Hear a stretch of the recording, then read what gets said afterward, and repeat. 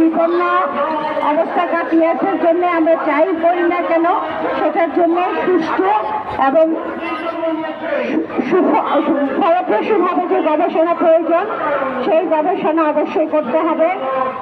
অন্যথায় দেখা যাবে যে এই মহাপরিকল্পনা করতে যেয়ে আমরা আরো বিপরীত করে ফেলেছি। আমরা মহাপরিকল্পনা বিরুদ্ধে নই, কিন্তু কথা হচ্ছে এটা যেন সুষ্ঠু সুন্দরভাবে করা হয়। ধন্যবাদ সবাইকে।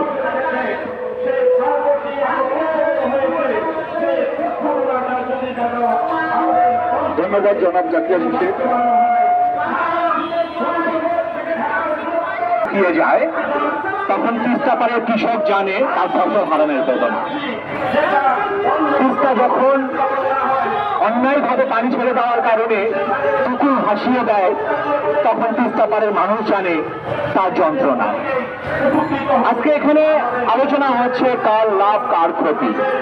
পরিষ্কারভাবে বলতে পারি আমরা পক্ষ দুটি। একটি তিস্তা পাড়ের মানুষ যার জীবনের সাথে জড়িয়ে রয়েছে তিস্তা, আর একটি আমার রাষ্ট্রযন্ত্র পরিচালিত করার লোকগুলো। রাষ্ট্রযন্ত্র যখন তিস্তাকে আরো স্বচ্ছ নদীর মতো করে দেখে তখন আমার তিস্তা পাড়ের মানুষের জীবন জীবিকা সংস্কৃতি সবকিছু বিপন্ন হয়ে পড়ে। তিস্তার সংকট শুধুমাত্র গজলডোবা বাঁধ নয়, তিস্তার সংকট শুধু তিস্তা ব্যারেজ নয়, তিস্তার সংকট আমার শাসক গোষ্ঠী তিস্তাকে কিভাবে দেখছে, আর আমরা যারা তিস্তা পাড়ের মানুষ তারা তিস্তাকে কিভাবে ধারণ করি। আজকে মহাপরিকল্পনার কথা হচ্ছে, আপনারা সকলেই জানেন এই মহাপরিকল্পনা পুরোটি একটি রাজনৈতিক প্রকল্প। একবারও ভেবে দেখা হয় নাই এই মহাপরিকল্পনাকে তিস্তাকে কিভাবে দেখা হয়েছে। তিস্তা শুধুমাত্র একটি নদী না যে নদীতে মাছ থাকবে, যে নদীতে পারে শুধু ফসল উৎপন্ন হবে। তিস্তা আমার উত্তরবঙ্গের 2 কোটি মানুষের জীবন জীবিকা, তার সংস্কৃতি, তার বেঁচে থাকা, তার আনন্দ, তার বেদনা, তার গান কান্না হাসি সবকিছু। এই তিস্তাকে যখন একটি নদীর মতো করে দেখা হয়, যে নদীর দুপারে বাদ দিয়ে নদীকে সংকুচিত করে নাকি তিস্তার উন্নয়ন ঘটানো হবে। আমরা সকলে জানি নদীকে যদি তার মতো করে চলতে দেওয়া না হয় সেই নদীতে আর প্রাণ থাকে না। তিস্তায় যদি প্রাণ না থাকে কোনো উন্নয়ন, কোনো অবকাঠামো, কোনো মহাপরিকল্পনা